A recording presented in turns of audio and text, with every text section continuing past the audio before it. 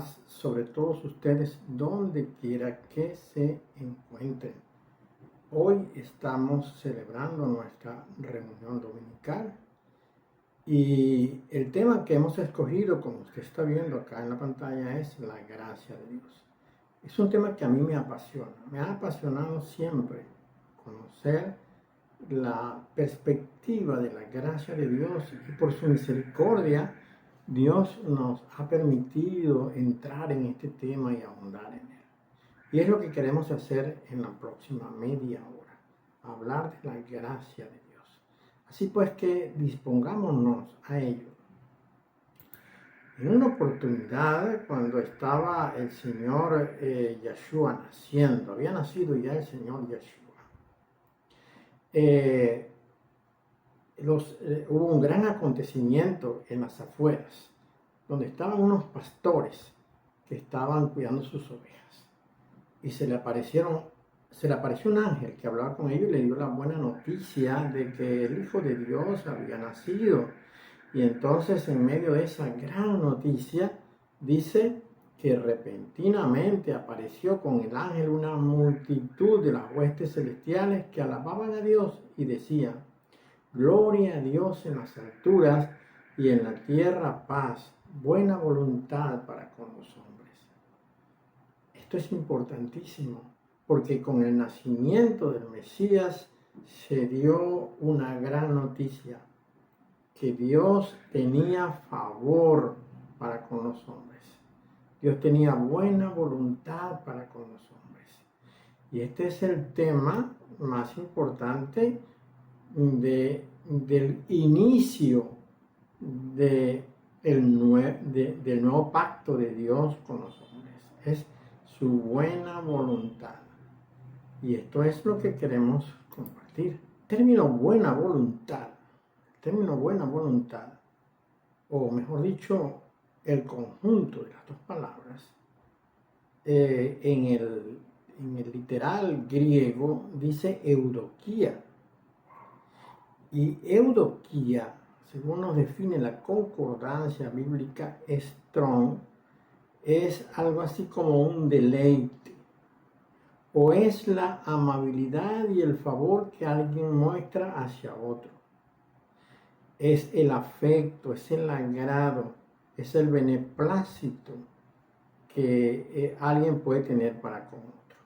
Quiere decir entonces que según esta definición, Dios tiene, a partir de la venida del Hijo, Dios tiene buena voluntad para con los hombres. Dios tiene amabilidad, Dios tiene complacencia, Dios tiene deleite, Dios tiene beneplácito con la gente por causa de la venida del Hijo. Entonces, esto es gracia, el favor de Dios para con los hombres, el propósito de Dios de ayudar a los hombres, de favorecer a los hombres, es gracia. Qué hermoso esto. Vamos a ver este enfoque acerca de la gracia, a ver qué nos dice, ¿no? La gracia es el repartimiento de la buena voluntad de Dios entre los hombres. Es decir, Dios, como dice Juan 3:16, amó de tal manera al mundo que dio a su único hijo, el único que él tenía, lo envió a la tierra y murió. El hijo murió. Claro, después resucitó, pero él sufrió el dolor de la muerte para favorecer a todos los hombres. Ahora, cuando uno mira esto a partir del concepto de las dos generaciones, ve entonces el enorme amor de Dios. ¿Por qué? Bueno, porque Dios conoció que había una generación en la tierra de la cual Él no había manifestado nunca su buena voluntad, que es, por ejemplo, la generación que se dio en el huerto del Edén, cuando el ángel malvado y perverso, perteneciente a los ángeles caídos, que fueron enviados a la tierra como castigo por haber desobedecido a Dios, se acercó a la mujer recién formada proveniente de Adán, que Dios le había dado a Adán como esposa, y la engañó, Y en medio de este engaño, ella, sin saber qué era lo que estaba haciendo, se dio a la manipulación del ángel caído, y ella pues quedó embarazada de este ángel, y es cuando se produce en su vientre la concepción de un hijo, quien luego después recibió por nombre Caín. Pero paralelo a eso, ella, habiendo entendido lo que había pasado, quizás también en medio de su ingenuidad fue hacia otro ingenuo también, que era Adán, que no tenía ninguna malicia ni conocimiento de nada, y pues también ellos tuvieron coito, y es cuando se concibe en el mismo embarazo otro niño, que es Abel. Bueno, cuando Eva pare sus hijos, entonces hay en el mundo dos bebés que son de diferentes padres. El padre que Dios escogió, que fue Adán, y el padre que se llegó allá sin que Dios hubiese mostrado su voluntad para ello, generando así un linaje, una descendencia que no tenía el favor de Dios. Y además de eso, es que ese linaje tenía la naturaleza de Satanás, como bien nos dice el apóstol Juan, cuando dice que Caín era del maligno. ¿No? Y ya el Señor nos describió quién era Caín y las cosas que Caín hacía.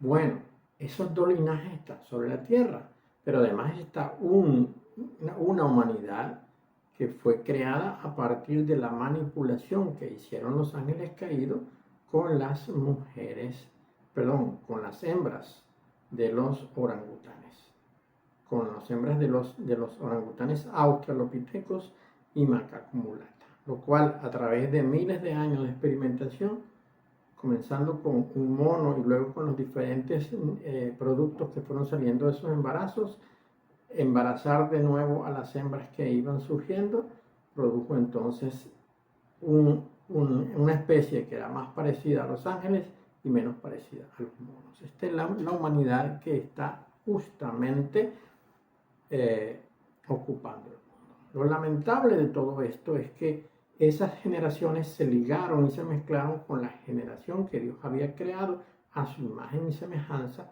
que es la de Set. A partir de Set, Dios dio origen a una humanidad. En algún momento ellas se mezclaron.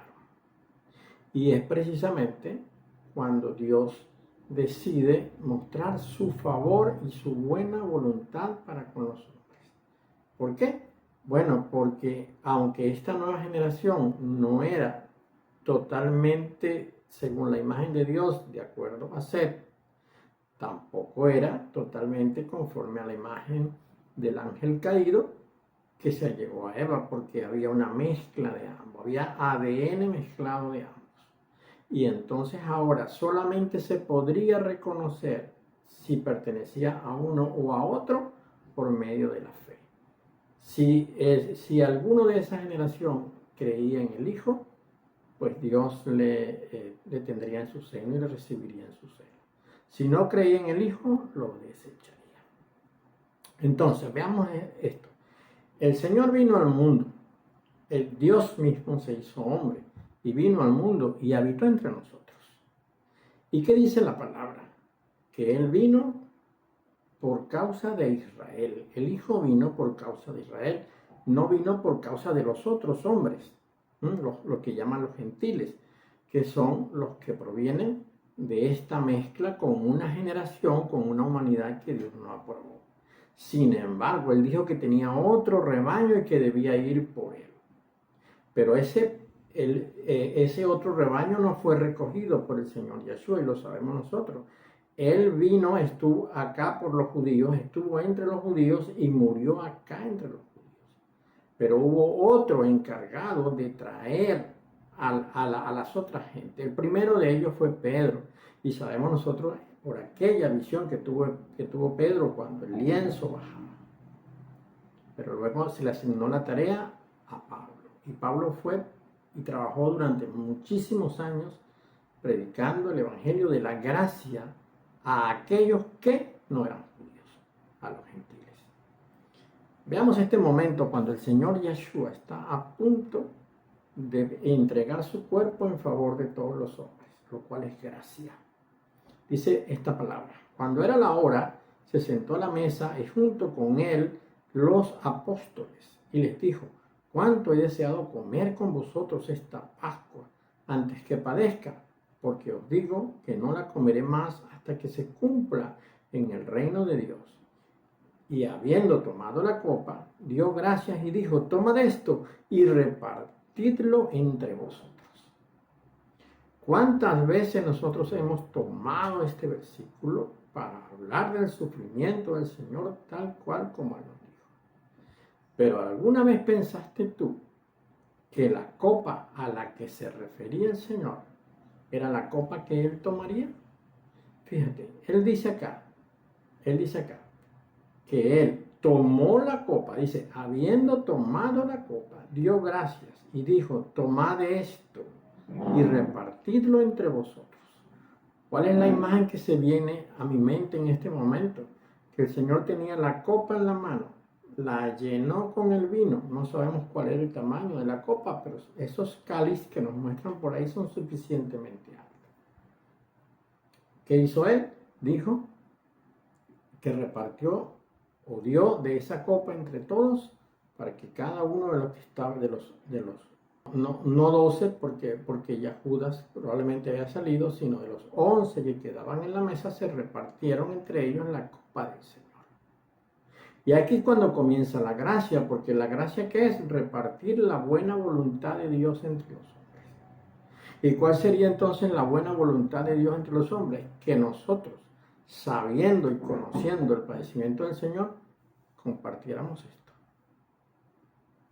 Dice, ya cuando el Señor había tenido la cena con ellos, salió. Dice la palabra que fue a un lugar llamado Getsemaní, y es ahí donde Él tiene que ir en un momento de gran padecimiento, cuando ora con llanto y corre la sangre por su cara, ¿no? Dice, en ese momento se presentaron los sacerdotes con los guardias a llevarlo preso al Señor. Pedro tomó una espada y golpeó por la oreja, dice acá, al siervo del sumo sacerdote. Dice, le cortó la oreja derecha. El siervo se llamaba Malco. Yeshua entonces dijo a Pedro: mete tu espada en la vaina. La copa que el Padre me ha dado, ¿no la he de beber? Entonces la compañía de soldados, el tribuno y los alguaciles de los judíos prendieron a Yeshua y le ataron.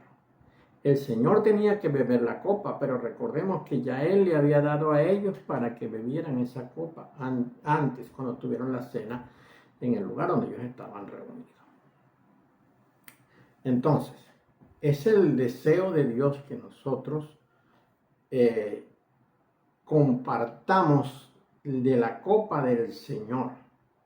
Y aquí cuando vamos a ver nosotros que comienza la gracia, porque si nosotros no compartimos la copa del Señor, si nosotros no vivimos su muerte, así tal cual como Él la vivió, tendremos nosotros parte en la promesa que Dios ha hecho.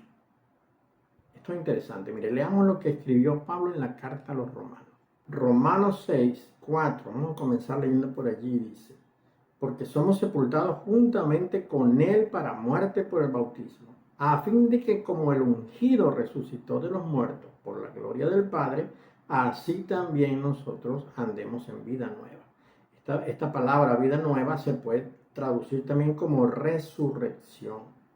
Fíjate el condicionante de Pablo acá: si somos sepultados juntamente con Él para muerte por el bautismo, también resucitaremos con Él. Ahora leamos Romanos 6:5. Porque si fuimos plantados juntamente con Él en la semejanza de su muerte, así también lo seremos en la de la resurrección. Entendamos esto. La resurrección del versículo 6:5 es la vida nueva del versículo 6:4. Quiere decir entonces que nuestra resurrección comienza y ya comenzó cuando decidimos vivir una vida diferente a la que vivíamos antes. Cuando le aceptamos a Dios su propuesta de que su precioso Espíritu Santo nos ayude en la nueva creación. La nueva creación viene por medio de la palabra y de la obra del Espíritu, porque el Espíritu es la palabra y la palabra es el Espíritu. Entonces, cuando el Señor le dio la copa a los discípulos, le estaba proponiendo que ellos también participaran de su copa, de su muerte y en consecuencia, su resurrección. El versículo 6 dice, sabiendo esto, que nuestro viejo hombre fue crucificado juntamente con él, para que el cuerpo del pecado sea destruido, a fin de que no sirvamos más al pecado. Mire, aquí hay una gran verdad. Quizás uno no la ve inmediatamente, uno le puede pasar por encima porque está distraído, pero aquí hay una gran verdad. Fíjese esto. ¿Cuál es el viejo hombre? No es el hombre viejo, es el viejo hombre, es decir, el que tenía las prácticas de pecado, las prácticas que Dios aborrece, las cosas que Dios no acepta. Esas prácticas las hacemos nosotros, porque nosotros somos producto de esa mezcla que hubo entre la generación propiamente dicha de Satanás y la generación también propiamente dicha de Seth. Cuando esa mezcla se unieron, el producto de esa mezcla nació con una combinación de ADN que es capaz de hacer lo que el diablo hace. Sí, algunos tendrán esa capacidad plenamente desarrollada y no les importará para nada la palabra, ni la recomendación de Dios, ni el consejo de Dios. Otros la tendrán en menor proporción y podrán, por decisión propia, poner en práctica la propuesta de Dios de una vida santa. Entonces, dice este texto, dice que si nosotros decidimos morir juntamente con Él, lo primero que tenemos que saber es que esto es un hecho estructuralmente concreto. Es decir, nosotros morimos juntamente con Él. ¿Por qué? Porque en el Señor Yeshua estaba toda la creación, según nos dice la carta a los Colosenses. En el Señor estaba toda la creación, toda, incluyendo los mismos ángeles caídos, todos ellos estaban en el Señor. Y lo que sucede en el Señor, sucede en lo que estamos en Él. Y como Él fue obediente y Él agradó a Dios en su vida, entonces todo el agrado de Dios que es sobre Él, también es sobre nosotros. Ahora, eso requiere de nosotros obediencia. Porque ninguno puede pretender que, si decide hacer obras de Satanás con libre albedrío para ello y manteniendo una práctica constante, va a lograr que lo que el ungido logró haciendo lo contrario, que era obedeciendo a Dios, lo vayamos a tener nosotros si practicamos las cosas malas. Entonces, primeramente nosotros tenemos que entender que el Señor esa noche a los discípulos les dijo que bebieran de la copa de Él. Él no les sirvió a cada uno de ellos en su copa, entendamos esto. Él tomó de su copa y la dio para que todos bebieran. Eso significa que nosotros todos tenemos que beber de su copa, que fue el sufrimiento que Él tuvo y el padecimiento. Entonces, ¿pero cuál es? Nosotros no vamos a ser crucificados, literalmente no, pero tenemos que sacrificar nuestro viejo hombre. Tenemos que llevarlo a la cruz, ¿no? Ahí comienza la gracia nunca se va a manifestar de otra manera. Entonces dice, nuestro viejo hombre fue crucificado juntamente con él para que el cuerpo del pecado que se quedase en la cruz, destruido, a fin de que no seamos más siervos del pecado. Y aquí es donde está la gran valentía del cristiano, en luchar con su propio cuerpo, porque es una batalla de cada día, luchar con su propio cuerpo para que esta carne no le gane, sino que obtenga la victoria el hombre de adentro que se generó como consecuencia de la obra del Señor al resucitar. Allí comienza la gracia en medio de todo esto. Leamos un poco más de lo que Pablo dijo. Ya estamos llegando al final de esta media hora, pero es maravilloso poder entender esto que el Señor propone. Romanos 8:17 dice, y si hijos también herederos, herederos de Dios y coherederos con el ungido, si es que padecemos juntamente con Él, para que juntamente con Él seamos glorificados. Ve las consecuencias de tomar la copa del Señor, de tomar la copa del Señor. No se trata de agarrar un vasito de vino y tomárselo como suelen hacer algunas iglesias. No, se trata de entender lo que el Señor hizo cuando le entregó a los apóstoles la copa. Porque así como ellos bebieron esa copa, también nosotros la beberemos. Porque qué cómodo sería pues que muchos se toman el atributo de lo que Dios les dijo a los apóstoles, de lo que el Señor Jesús le dijo a los apóstoles, cuando dijo que las obras que Él haría, ellos harían mayores. Bueno, muchos por allí están diciendo que hacen obras, que resucitan muertos, que sanan enfermos, que profetizan y todo esto. Quieren recibir por herencia de los apóstoles esto, ¿no? Pero no quieren recibir este mandato del Señor, que es tomar la copa que Él le dio a ellos. Si Él se las dio a ellos, nos las dio a nosotros. Porque Él dijo, no oro solamente por estos, sino por los que han de creer por la palabra de ellos. Así que lo que es para ellos también puede ser y debe ser para nosotros, si somos obedientes como ellos. Entonces, hablándole a los nuevos hijos que Dios tiene, que somos nosotros por la fe. Y si hijos, también herederos, herederos de Dios y coherederos con el ungido. Si es que padecemos juntamente con Él, para que juntamente con Él seamos glorificados. Si nosotros padecemos lo que Él padeció, estaremos donde Él está, según la promesa que Dios ha hecho. Esta es su promesa. Luego Gálatas 2:20 dice, con el ungido estoy juntamente crucificado, y ya no vivo yo, mas vive el ungido en mí. Y lo que ahora vivo en la carne, lo vivo en la fe del Hijo de Dios, el cual me amó y se entregó a sí mismo por mí. Ve lo que escribió Pablo, entendamos esto, que tenemos que vivir nuestra vida como crucificados, es decir, como muertos. ¿Y qué es lo que estaba muerto en la cruz?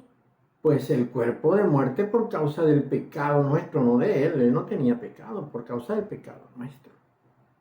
Ahora, Él, su cuerpo, quedó muerto ahí en la cruz, porque nosotros estábamos muertos, no Él. Porque si Él no hubiese llevado los pecados nuestros, Él nunca hubiese muerto. Pero Él murió por causa de nuestros pecados. Entonces, entendamos que como todo está en Él, porque todo fue creado en Él, tú también estás en Él y yo también estoy en Él, estamos juntamente con Él crucificados. Así que ya no podemos vivir nosotros, sino que tenemos que vivir la vida del ungido. Esta es la propuesta de gracia. Si vivimos la vida del ungido, la gracia que es sobre el ungido vendrá sobre nosotros. Quiere decir que lo que ahora vivo en la carne, esta lucha de cada día para derrotar a la carne, porque la carne quiere enseñorearse de nosotros, ya no la vivo en mí o en mi carne, sino la vivo en la fe del Hijo de Dios. Porque yo lucho, porque no me quiero dejar vencer por la carne. Porque yo lucho, porque no quiero practicar el pecado. Así que lo que espero cuando llegue mi momento está basado en la fe que tengo en el Hijo de Dios. Él me amó y se entregó a sí mismo por mí. Así que yo tengo que vivir de ahora en adelante por Él. Tal es la recomendación que Dios nos pide, tal es la exigencia más bien que Dios nos hace, de que vivamos nuestra vida conforme al modelo del Señor. Así que, bueno, hermano, amigo, usted quiere disfrutar de la gracia, comience a entender que para disfrutar de la gracia tiene que beber de la copa que Él bebió. Tiene que padecer lo que Él padeció. Tiene que estar colgado en la cruz como Él estuvo colgado para luego aspirar a resucitar como ha sido su promesa. Con esto iniciamos un tiempo de estudio de la gracia. Vamos a ver cosas maravillosas en esto. Vamos a entender cómo es que Dios tuvo tanto amor para con nosotros. Porque siendo aún pecadores, el ungido murió por nosotros. ¿Cuánto podemos aspirar de más? ¿Podríamos nosotros morir por alguien? Bueno, quizás muramos, como dice Pablo, por uno que amemos, por uno que nos haga buenas cosas, pero Él murió por todo lo que despreciaba, es decir, por esa descendencia del diablo. Murió por la descendencia que el diablo tuvo y por la mezcla que ocurrió entre ellos, que somos nosotros los que estamos ahora aquí. Tomemos esto en cuenta. Dios nos ama, sí, y Él quiere regalarnos de su gracia. Pero su gracia comienza cuando bebemos la copa del Hijo. Entonces, la gracia es tomar de la misma copa. Dios te bendiga.